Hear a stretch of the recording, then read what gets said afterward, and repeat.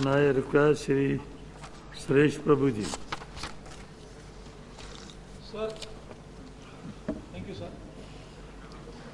Sir, our last budget discussion that took place immediately after the presentation of the budget, we have deliberated on the broad contours of the fiscal policies of the government. There was a lot of euphoria after the budget was presented.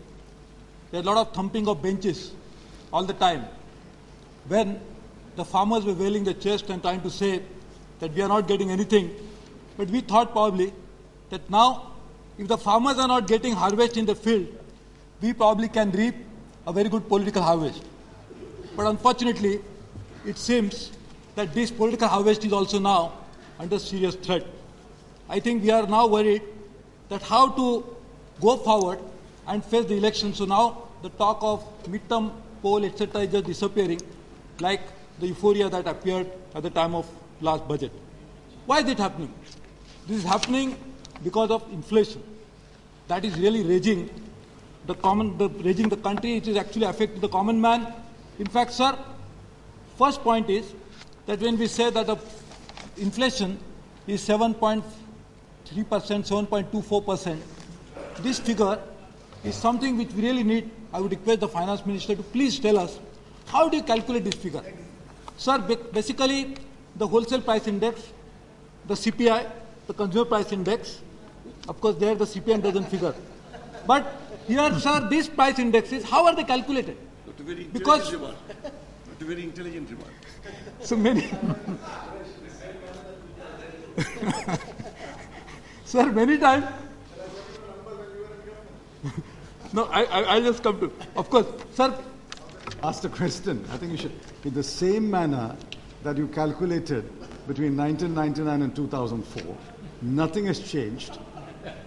And in 2000, 2001, when I believe you were a minister, for 48 of those 52 weeks, inflation was over 6%. For 22 of those weeks, it was over 7%. And for 12 of those weeks, it was over 8%. So if you believe the numbers were correctly calculated in 2000, 2001, please believe that the numbers are correctly calculated today. Sir, this only confirms my statement that the economic policy pursued by my friend and economic policy pursued by former friend was the same.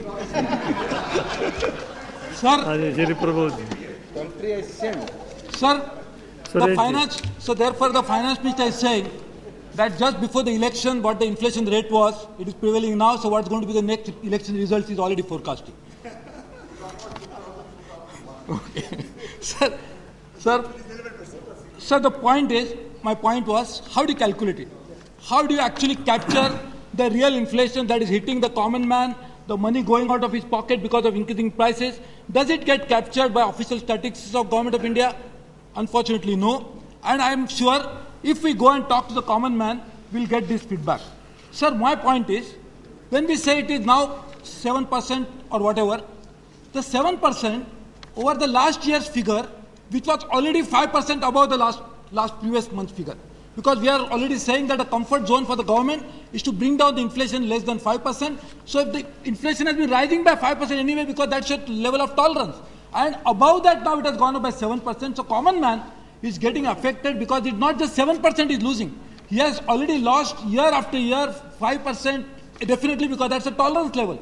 And sir, those people who get their dearness allowance, so the inflation gets neutralized in their case, but there are more than 90% of the people in the workforce who are not getting anything like this comfort level from the government in terms of increasing DA. So they are the ones who are very badly affected. So sir, therefore, this euphoria has disappeared that I was talking about. And sir, this is something which is happening, and therefore I think the Prime Minister said that day that the political parties should not try to make capital out of rising inflation. If it is so, if political parties can keep quiet and inflation can go down, we'll be more than happy to keep quiet.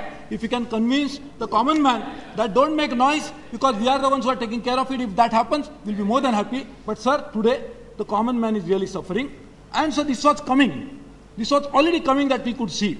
In the last budget discussion, we had already said that supply constraints are going to create problems little later because economy is rising, demand is increasing, and therefore there is going to be more demand for the products which are not available, as a result of which there is going to be an inflation which is actually coming a structural problem. Unfortunately, the government really did not pay any attention to it, and in fact today what are we saying? That inflation is rising because of global trends, so global markets are responsible for this. And on India, the state governments are responsible for this. So therefore, on international scale, it's a global market, and nationally, it's a local government. So therefore, it is really not responsible. So I said I wanted to really find out, so I went to meet the state government, who was busy firefighting, obviously. So I went to the district government, because state government said, now national government has already divested the responsibility. As you know, there is a 73rd and 74th amendment, so now the responsibility has gone to the lower government. So I went to find out whether they are responsible, because state government, how can they take responsibility? National government has already abdicated the responsibility, given it to the state government has given it to the lower government. Finally, I found out a sarpanch who should be responsible for this, head of a village, but then that... It is the Tahsildar who is responsible. Yes. Not the Prime Minister, but the Tahsildar. But head of the village was not available in her house because she was out to find out if she can get some grains in the market, so I could not really get a real answer.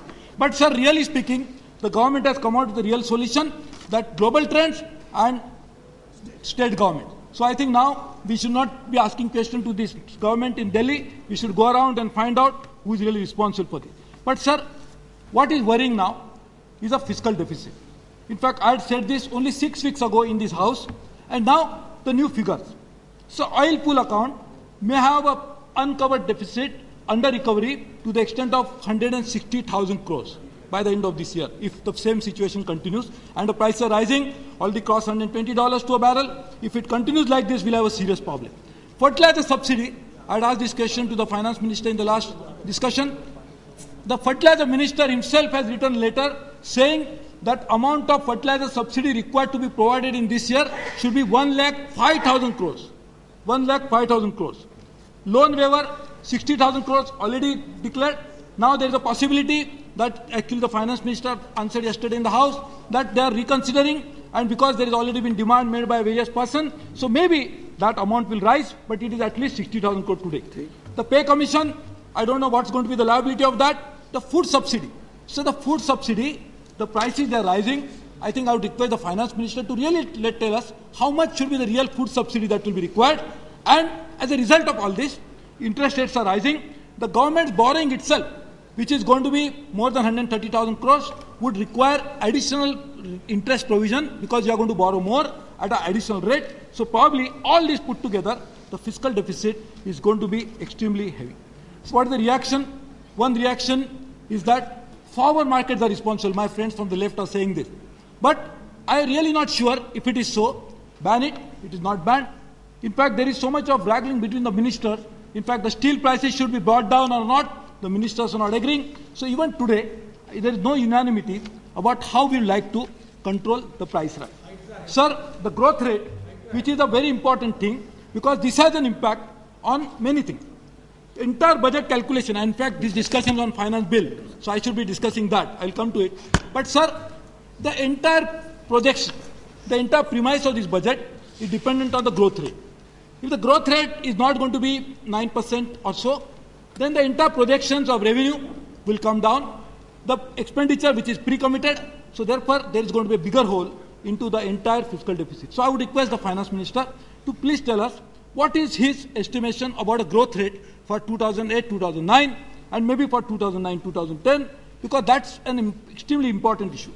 Sir, the United States economy, which for a long time was expanding, and it was expanding at a rate that everybody was pointing out to them that you have a current account deficit, you have fiscal deficit, your national debt is rising, you are getting money from all over the world, the savings rate are declining. Of course, in India, savings rate are better, are good, but US economy was showing all sorts of signals which were really alarming. But the Federal Reserve Chairman at that time, Alan Greenspan, the Treasury Secretary, the President, were all saying it's a US economy, it's going to expand. You don't understand it? But now the US economy is collapsing, which is causing problem to all. My concern is that Indian economy is also showing such signs for a long time, which we have been pointing out. I'm not going into it because last budget speech only I had spoken about it. But my request is that let us pay heed to the right signals which are emanating. let's take corrective action so that Indian economy will continue to progress. That's what we all want. So the other issue is about regulation. And this is an important issue because what happened because of subprime crisis in US is also affecting many banks. Even in India, State Bank of India chairman has said it's going to take about 300, 400 crores hit. So my request would be to the finance minister, sir, he has said in the... but he said not subprime, but because of the banking crisis. My point is, I am saying subprime crisis has created problems for the entire, and that's what is affecting many economies, and Indian economy is also going to get affected. My request is that we should look at regulation as a subject in which probably we need not look at regulation only nationally, we should look at regulation going beyond national borders, and I think that's the issue which I think the finance minister would like to pay attention to. Sir, agriculture, one of the major crises for us, we are really worried about it, and unfortunately, after this euphoria of 60,000 crores, we have stopped thinking about how to revive farming as a total sector.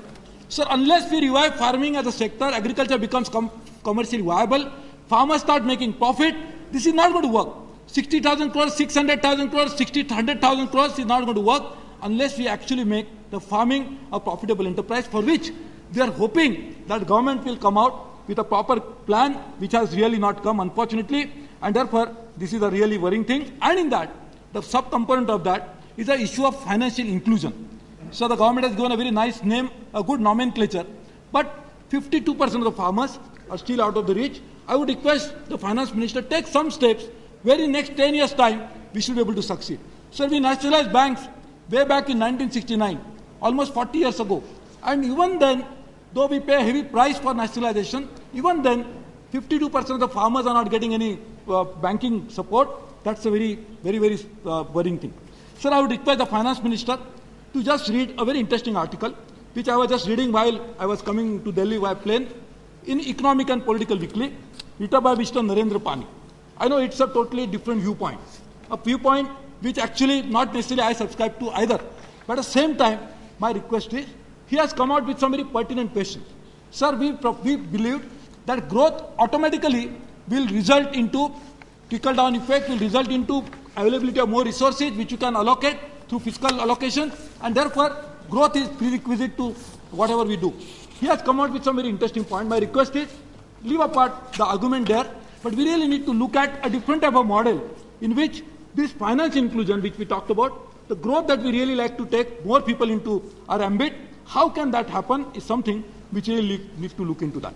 Sir, the Prime Minister of India, Dr. Manmohan Singh, he started his inning on a very welcome note. Sir, he made a very interesting point that we really need to improve delivery mechanism. Who can dispute this? Reforms on that count are long overdue. And we are all waiting for some blueprint to be introduced by the government from their side. Unfortunately, this seems to be now out of the agenda of the government. So my request to the finance minister would be, please tell us how we are actually working on these issues, what are we trying to do on that. That is something which will be of a great interest to us. Outcome budget is again, and I really congratulate the finance minister for that. This is first time we are making an effort to find out how money is being spent, what is the outcome of that, what is the output of that, and we were trying to deliver that. But as I said 2 years back, that outcome budget, unfortunately, the way the ministries are prepared is far from satisfactory. In fact, it's a ridiculous thing. It is better not to outcome budget, because now we accept this as an outcome budget, then that's something bad. So I would request him to really look into it. In fact, I will present you a report which we have prepared under my chairmanship. But my request is, it's a good welcome measure. This is something which we really need to continue with that, but in a much improved format. So outcome budget is something which we really need to look into. So now I'll come to this provisions of finance bill. So firstly, Income Tax Act is something which is one of the most important law that is administered by the ministry. But Finance Ministry's Revenue Department administers how many acts? 20 acts. Not just one or two, 20 acts. So my request to Finance Minister is, it is impossible for anybody to really remember the whole objective of this, because it is under Revenue Department, is to raise revenue. So why not come out with one or two, at the maximum 3 acts, to make sure that the 20 different legislation which are really required, something like this, we really need to look into that. And in fact, alongside with this, the finance minister has been telling us that he is going to present a new code for income tax. And he said, last time when I had asked him, he said it's going to come very soon. Now, this year is gone. So I hope, as a finance minister, he'll be able to present the new tax code to this house before the parliament is dissolved. I hope you will be able to do that. And in that, we'll really look forward to a very simplified law in which chartered accountant like me will not have any good business to do, because the act will be very simple, so that we'll lose some business. I'll be very happy to accept that. Sir, specific section 2, subsection 15. In fact, many people have mentioned. Sir, what is the section 2, section 15? In fact, it's a welcome measure. I'm not opposed to this. What you are saying is, what is the intention of this amendment? The intention is that if you are carrying out business, then the benefit that you get as a charitable institution should be denied to you. But in this, you already made some exemptions, because you mentioned that charitable object should not include objects like medical relief, education, etc., etc. So that you exempted anyway. So that you exempted. So that will not be covered by this. My concern is a little different. The way the wording is made, for example, a charitable institution which is doing rural development work. In the process of doing rural development work, if it is interpreted that some activities are in the nature of business, because business is something which is not necessarily for when you make profit, where the profit comes back. Is the profit plowed back into business for the enterprise, or is it going out? So therefore, rural development of activities which should not be covered by this, otherwise this will be actually a travesty of justice, and therefore I really request you. So second is section 35, which section 35 of Income Tax Act, wherein you are trying to actually now provide exemption to all the institutions who are going to do scientific research. I will just read the relevant this. I was just reading just now, so maybe you can correct me if I'm wrong. But in which you are saying that this will be available to a company only if main object of this company are for scientific research and development. So what does it mean? If a company like, say, Tata Steel wants to do scientific research, it will not be in the main object to do scientific research. Obviously not, because Tata Steel's main object is to manufacture steel. So therefore, just read the way the wording is made. So my request is, it should be available for institutions, irrespective of whether the main object of the articles of association or memorandum of association of this company cover this or not. What is important is that the money should be spent exclusively for research and development. That should be the purpose. But the wording, the way it is made, may actually draw different conclusions. Sir, the other point, general point which always agitates my mind. Just now. Problem. Just go back and read it more carefully. Keep the main act and read it. If you read it on the way to the house and you comment, you will fall into that mistake. Okay, if it is not so, that's why I'm saying if it is wrong. And I'll explain in my Sir, reply. the other issue is that many of the exemptions that finance minister would like to offer, welcome ones, like to hospitals, to hotels, the finance minister is saying that you must start the operation between 1/4/2008 and 5 years. So tell me something, that if this exemption is announced by the finance minister on 29th of February 2008, would I be knowing that finance minister is going to announce it, so I can start my operation on 1st April 2008 within 1 month of finance minister announcing it? So you should give at least 2 or 3 years benefit by saying that whatever announcement I'm making now, if you start operation within 2 years from now, because that's the minimum time that will be required to construct a hospital or a hotel, then the benefit will be available. You want more exemptions? No, I am in fact saying that you make a date of operation in such a way that it provides for such institution to come up. Otherwise, it is not possible, and somebody might actually just hoodwink the exemption. Somebody was already working, he will get the exemption, but this will not be the planned one.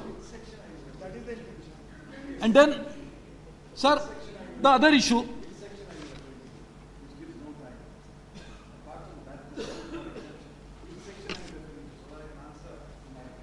Okay.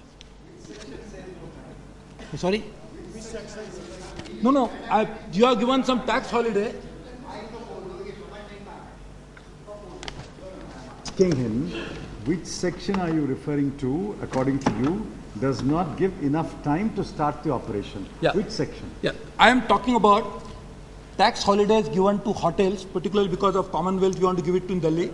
Then you are giving tax holidays to hospitals, because you are saying that if they start operation from 1st April 2008, that's what you are saying.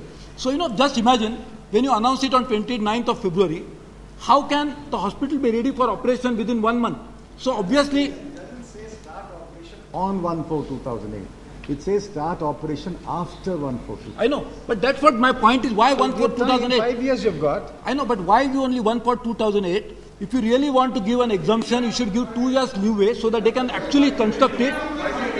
No, but a 5-year window get lapsed because you'll actually get only 3 years window. Yeah, okay. So that's the point. You lapse it into it. Sir, then the other issue is about advance tax ruling. So this advance tax ruling is a very important aspect of the Income Tax Act, which was introduced some years ago, in which earlier this benefit was available only to the non-resident Indians because they were not very well conversant with the Indian laws, as if we are conversant.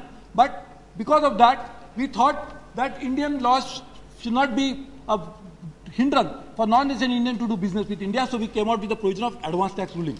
My request to Finance Minister is, why don't you make it universal?